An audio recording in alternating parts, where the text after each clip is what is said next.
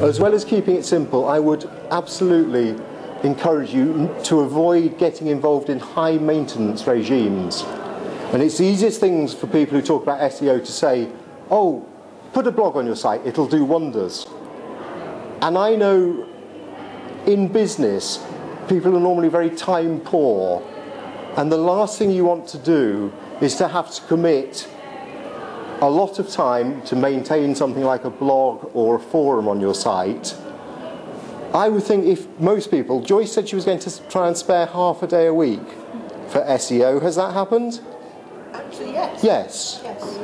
But you could easily swallow half a day a week just maintaining a blog. And if you stop maintaining it, it looks awful because people think you've abandoned the site. And if you do maintain it, I can assure you, at least in the first 6 months, the benefit of a blog will be much less than if you spent your time generating real links, manipulating them from directory and perhaps article submissions.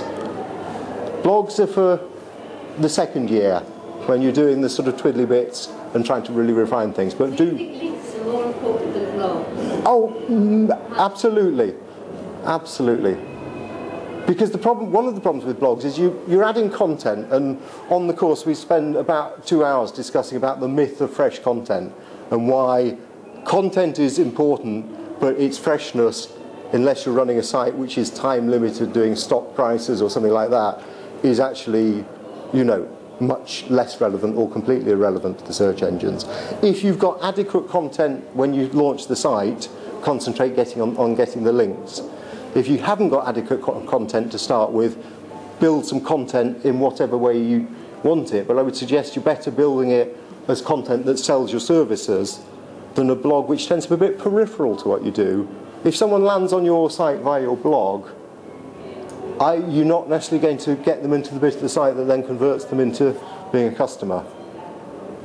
No. So I think, you know, blogs have a place, but they're for organisations or people who have lots of time resources to play with. Okay, another thing that leads on from the simplicity thing is that if you've got an enormous website, you do need to treat it a little bit differently from if you've got one for a business which has only a limited number of services or products. And what do I mean by that? Effectively, you've got a small site, you can do your keyword research and you can effectively cover all areas of your operation effectively with perhaps 30 or 40 keywords and actively, you know, promote your site for all of those. If you're looking at 2,000 or 3,000 products, you clearly can't optimize and just come nowhere for each of those individually. You have to look at broad product areas. You have to look at your link building as a way of optimizing for keywords which are sort of higher up the tree, so product areas, brands perhaps, rather than individual products, and as a way of getting as much as possible of your site indexed. And then if you have got a site with thousands of pages, this is where the long tail effect plays to your benefit. That's effectively people looking for less common search terms with less competition, and whereby simply having a web presence you can rank well and get visitors. And if you've got 5,000 pages, you might get ultimately 200 or 300 visitors per day from the long tail effect if you've got just people and you appear naturally for, you know, these less common, less searched terms. And then my final thing is really, if you think that SEO might be of interest to you, you do need a degree of perseverance and patience. It's a long-term game. It's not for people who like their rewards tomorrow. I know it will seem strange, but I mean, with our own company website, we had a sort of 5-year plan as to where we wanted to be with it in terms of ranking for some very competitive keywords. And at year 3.5, it's looking okay for achieving that. But for most people, they want their rewards sooner. And I'm not wanting to put you off.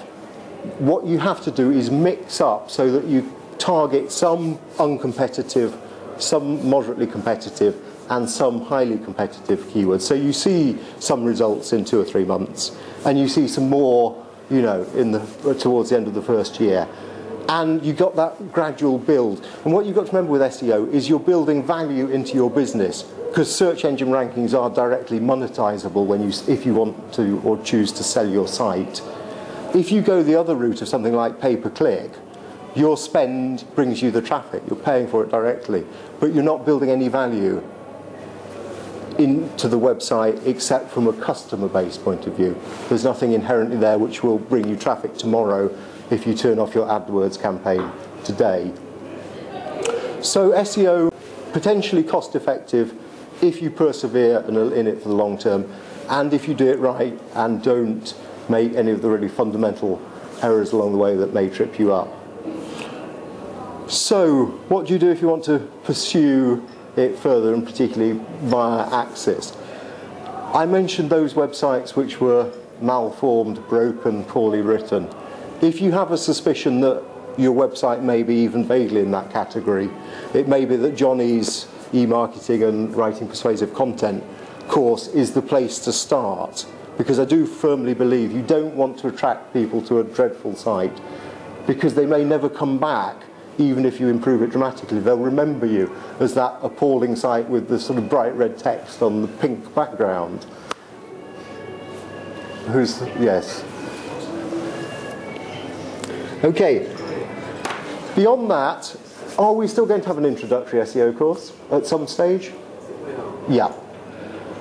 I mean, I think essentially the course I teach, advanced in the name is slightly misleading. It's a holistic approach to SEO. We take you the whole path from a theoretical and a practical standpoint, including advanced techniques, but essentially it's designed for people who are prepared to get their hands dirty, have at least a basic understanding of HTML, or at least know what it is, and are therefore able to implement or direct the implementation of some of the techniques. And over 3 weeks, because it's 1 day a week over 3 weeks, we cover essentially all the keyword analysis, on-page optimization, various link building techniques, including the esoteric ones.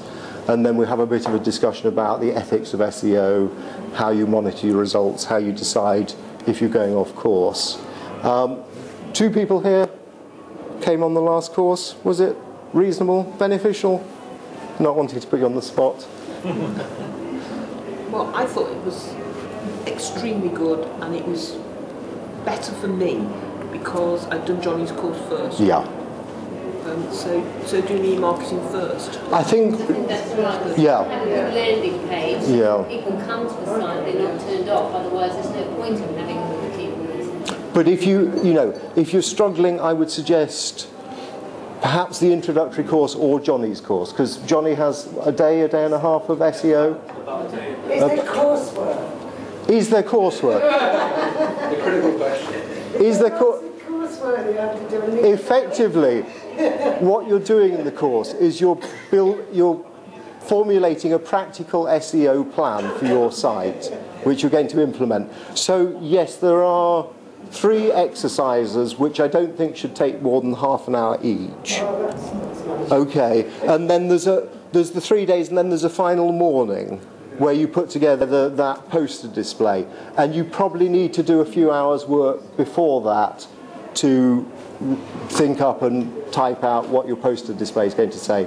But it's not heavy on the coursework like the e-marketing one.